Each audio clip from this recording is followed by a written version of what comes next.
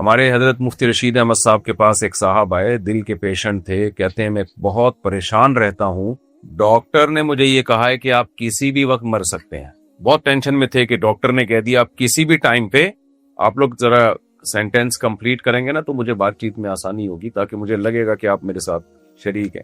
پریشان ہو کے آئے کہ ڈاکٹر نے مجھے کہا ہے کہ آپ کسی بھی ٹائم پہ مر سکتے ہیں۔ میں نے پھر اس کی تسلی دی، میں نے کہا بھائی کوئی بھی دنیا میں کسی بھی ٹائم پہ مر سکتے، یہ ایک ایسا کام ہے جس میں خصوصاً پاکستان میں گورنمنٹ کی طرف سے کوئی پابندی نہیں، سمجھ رہے ہیں کہ نہیں؟ ہمارے ہاں زندہ رہنے پر کچھ مسائل ہیں، اگر آپ مرنا چاہیں تو پھر گورنمنٹ کی طرف سے، ڈاکٹروں کی طرف سے، مختلف اداروں کی طرف سے کسی قسم کی کوئی پابندی نہیں۔ تو موت تو ایک ایسی چیز ہے جو 100% یقینی ہے، لازمی ہے، جس سے دنیا میں کوئی بھاگ نہیں سکتا۔ اللہ نے نوح علیہ السلام کو 950 سال کی زندگی دی تھی، زندگی تو اس سے بھی زیادہ تھی، 950 سال تو آپ کے تبلیغ میں گزرے ہیں، وہ بھی چلے گئے بھائی دنیا سے۔ تو یہ زیادہ بڑا ایشو نہیں ہے کہ کون کب مرے گا، کیوں مرے گا، کس وجہ سے مرے گا، کوئی نہ کوئی وجہ تو ہوگی۔ ہمارے ایک ریلیٹو تھے جو بہت زیادہ صحت کا خیال کیا کرتے تھے، اب بھی ہیں، اللہ ان کو حیات دے، خاص طور پہ شوگر سے بہت زیادہ بچتے تھے، پھر بھی شوگر ہو گئی ان کو۔ میں نے کہا بھائی آپ تو اتنا زیادہ احتیاط کرتے تھے، آپ کو شوگر کیوں ہوئی؟ تو انہوں نے میری حیرانگی کو دور کیا یہ کہہ کے بھائی مرنا نہیں ہے کیا؟ مرنا تو ہے نا کوئی بھی کسی طریقے سے۔ بہاری زبان آپ نے سنی ہوگی، بہاری لوگ بھی آپ نے دیکھے ہوں گے، ان کی کہاوتیں اور مثالیں بڑی مشہور ہیں، کہتے ہیں جو نہ کٹے آری سے وہ کٹے بہاری سے، یعنی بات چیت میں بڑے ماہر ہوتے ہیں وہ۔ ہمارے ایک دوست تھے، وہ کہنے لگے، بہاری تھے وہ، تھے کیا ہیں ابھی بھی، وہ کہتے تھے بھائی جب انسان کی شامت آتی ہے تو اونٹ پہ بیٹھے ہوئے آدمی کو بھی کتا کاٹ لیتا ہے، حالانکہ کوئی لاجک بنتی نہیں ہے۔ کیا خیال ہے؟ یہ جو میری بہنیں مائیں بیٹھی ہوئی ہیں، بیٹیاں بیٹھی ہوئی ہیں، میں ان سے بھی مخاطب، تو جب انسان پہ کوئی شامت آتی ہے تو اونٹ پہ بیٹھے ہوئے آدمی کو بھی کتا کاٹ لیتا ہے، حالانکہ کتے کی پہنچ وہاں تک ہوئی کیسے یہ اللہ ہی بہتر جانتا ہے، لیکن کتا کاٹ لیتا ہے۔ تو ایک صاحب گئے نا کسی کے گھر، کتا بھونک رہا تھا بہت زیادہ، تو وہ ڈر گئے، تو میزبان نے کہا کہ آپ نے وہ مثال نہیں سنی ہے کہ بھونکنے والے کتے کاٹتے نہیں ہیں، تو آپ کیوں ڈر رہے ہیں؟ تو کہتے ہیں میں نے تو سنی ہے، پتہ نہیں آپ کے کتے نے بھی سنی ہے کہ نہیں سنی ہے، اس کو یہ بات معلوم ہے کہ نہیں۔ تو یہ ایک حقیقت ہے بھائی، ہم سب نے دنیا سے جانا ہے۔ ہمارے شیخ حضرت مفتی رشید احمد صاحب رحمہ اللہ تعالی، ان کے استاذ تھے مفتی محمد شفیع صاحب، جو حضرت مفتی تقی عثمانی صاحب کے استاذ ہیں، والد ہیں sorry.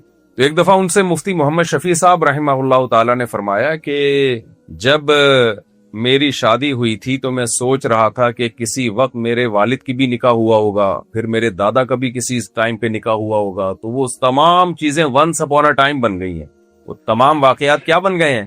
Once upon a time. ہمیں کوئی چیز نہیں لگ رہی ہوتی، آج ماشاءاللہ یہ دولہا بیٹھے ہوئے ہیں، کیا نام ہے آپ کا؟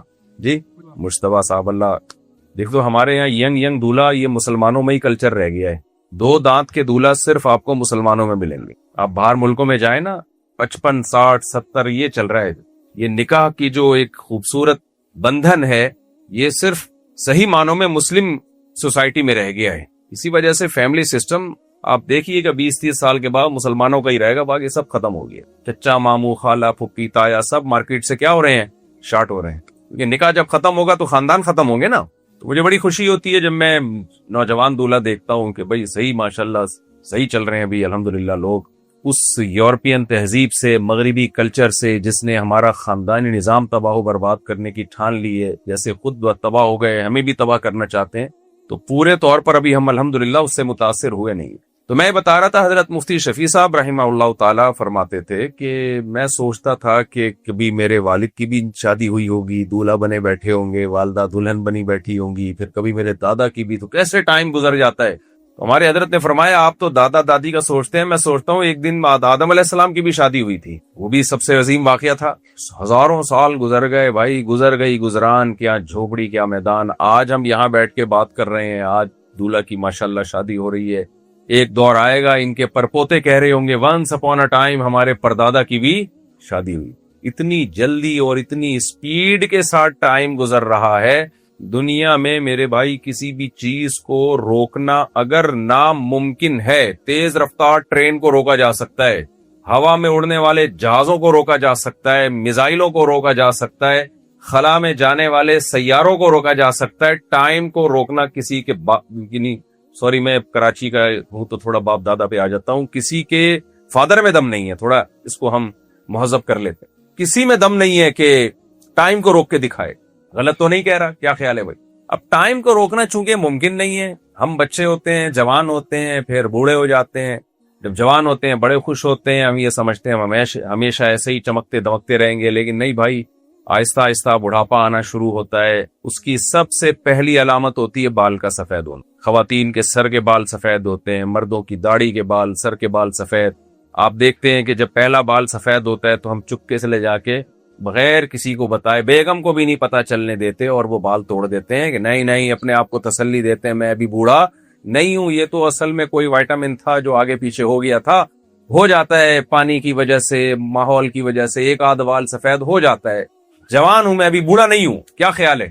اس بال کو اندر کو یوں کر دیں گے یا تھوڑا سا یوں گھما دیں گے یا نکال کے پھینک دیں گے, اور اپنے نفس کو ہم تسلی دیتے ہیں کہ بعض دفعہ کچھ وائٹامنز ایسے ہیں جی, کچھ اوپر نیچے ہو جاتے ہیں, کچھ تھوڑا خوراک بھی آج کل ایسی ہو گئی, تو میں کوئی بات نہیں, تھوڑا اپنی خوراک کو فوکس کروں گا تو دوسرا بال انشاءاللہ سفید. آپ لوگ جملہ کمپلیٹ نہیں کر رہے نا بھائی, دوسرا سفید نہیں ہوگا, لیکن تھوڑے دن بعد جب ہم شیشے میں دیکھتے ہیں تو دوسرا بھی سفید ہو جائے. پھر اپنے آپ کو تسلی دیتے ہیں کوئی بات نہیں یار, ابھی مختلف میڈیسن آ رہی ہیں, سپلیمنٹ آ رہے ہیں. لیکن ایک دن اٹھتے ہیں تیسرا بھی سفید, اس کو بھی توڑ دیا, چوتھا بھی سفید, پانچواں بھی سفید. پھر آدمی کہتا ہے اگر میں نے توڑنا شروع کر دیے تو فارغ البال ہو جاؤں گا میں. کیا خیال ہے بھائی؟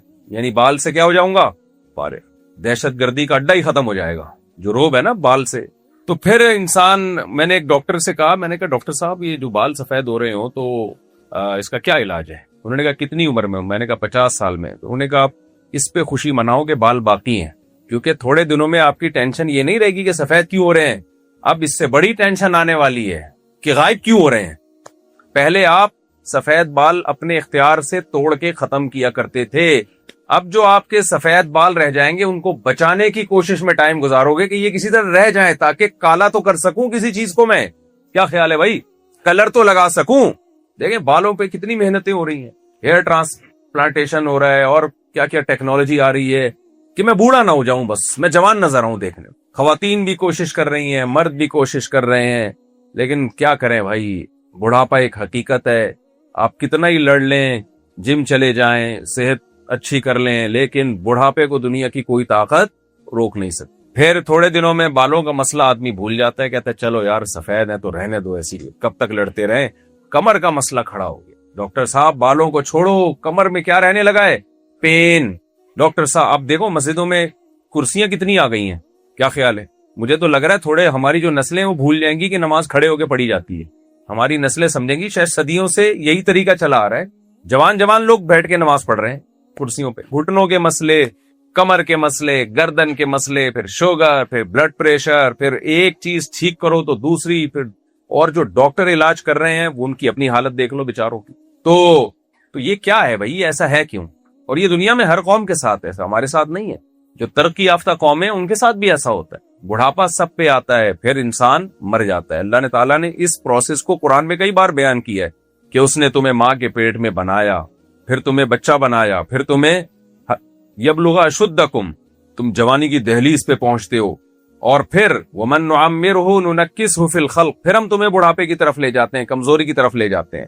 تو یہ سارے تصرفات ہیں جو انسان کی باڈی پر ہوتے ہیں, اور ان سب چیزوں کی وجہ ہے ٹائم. اگر ٹائم گزرنا بند ہو جائے تو ہم ہمیشہ جوان رہیں, کچھ بھی نہ ہو ہمارے ساتھ, خوش ہیں تو ہمیشہ خوش رہیں. لیکن ٹائم کیا کرتا ہے, ایک کنڈیشن میں, ایک حالت میں ہمیں رہنے نہیں دیتا, اور ٹائم روکنے والی ابھی تک کوئی مشین ایجاد نہیں ہوئی ہے, اور آئندہ بھی کوئی چانس نہیں ہے.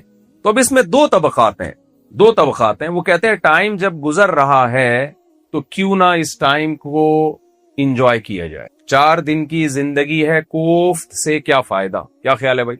یہ کافر کا کانسیپٹ ہے, کافر کا نظریہ ہے. یار ٹائم گزر جائے گا بھائی, لائف کو کیا کرو, انجوائے کرو. جو قرآن کو نہیں مانتے, خدا رسول کو نہیں مانتے, آخرت کو نہیں مانتے, اللہ کی کتابوں کو نہیں مانتے, وہ کہتے ہیں یار ٹائم گزر رہا ہے تو لائف کو انجوائے کرنا ہے.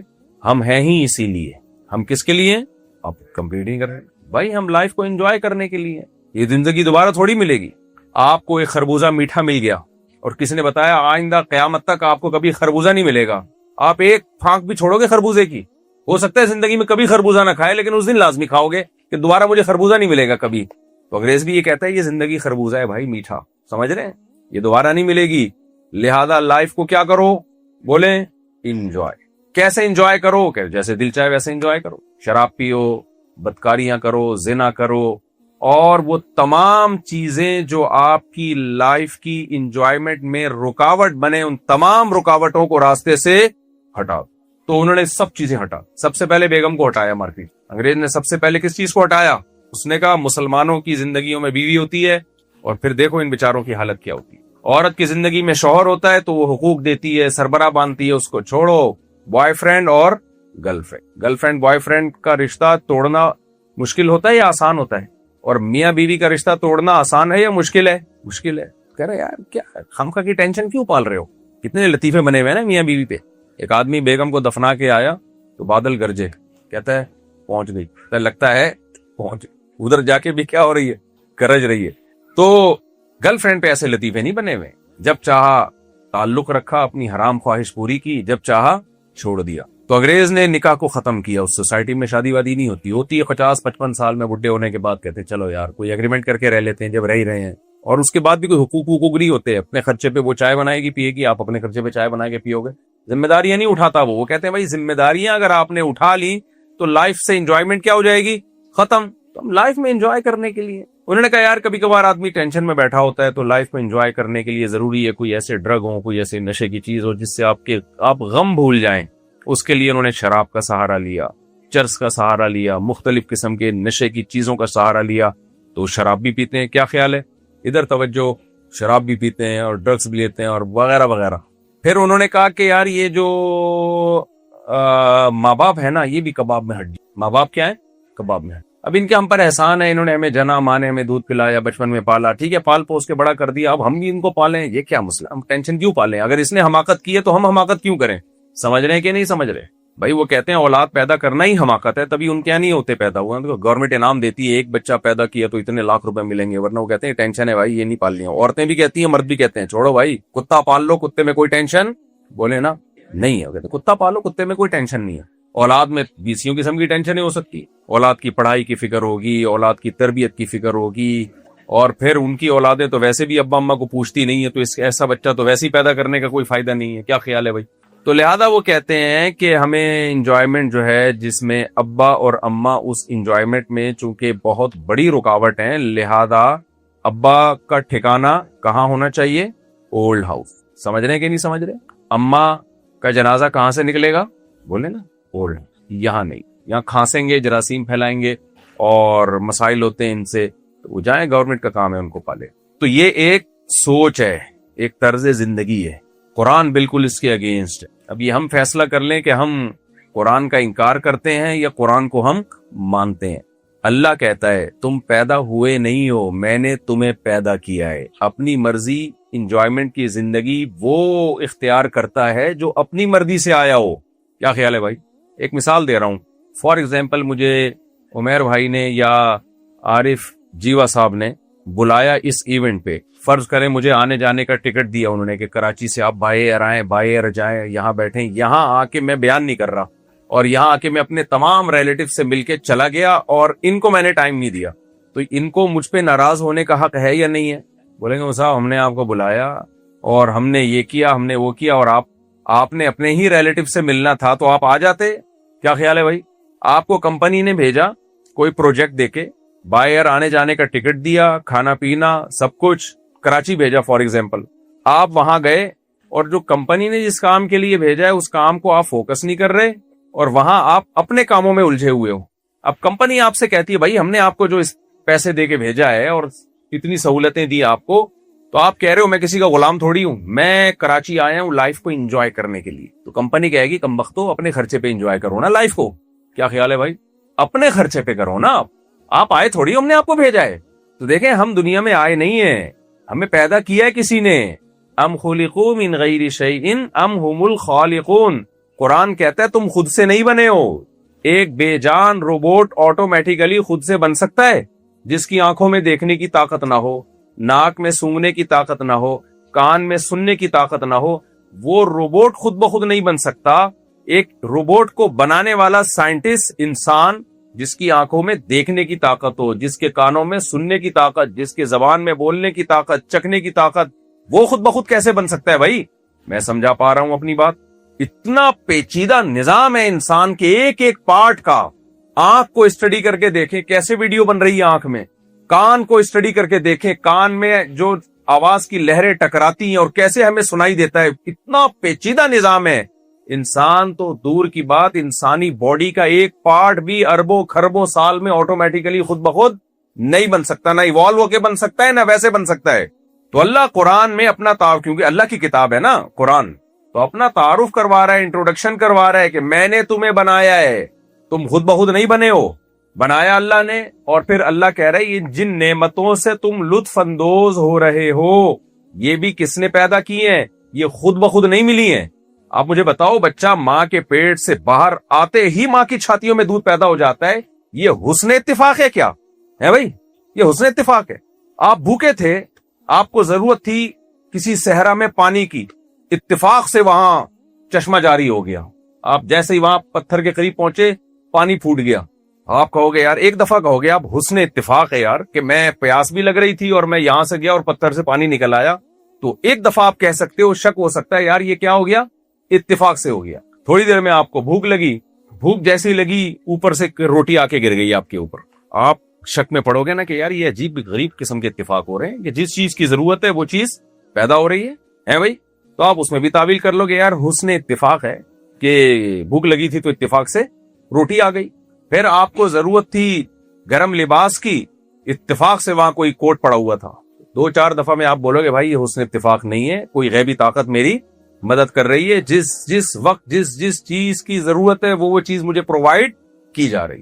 اب ہم انسان کے حسن اتفاق کی طرف دیکھتے ہیں. بچہ پیدا ہوا، اس کو ضرورت ہے خوراک کی بھی اور پانی کی بھی. کیا خیال ہے، ضرورت ہے یا نہیں ہے؟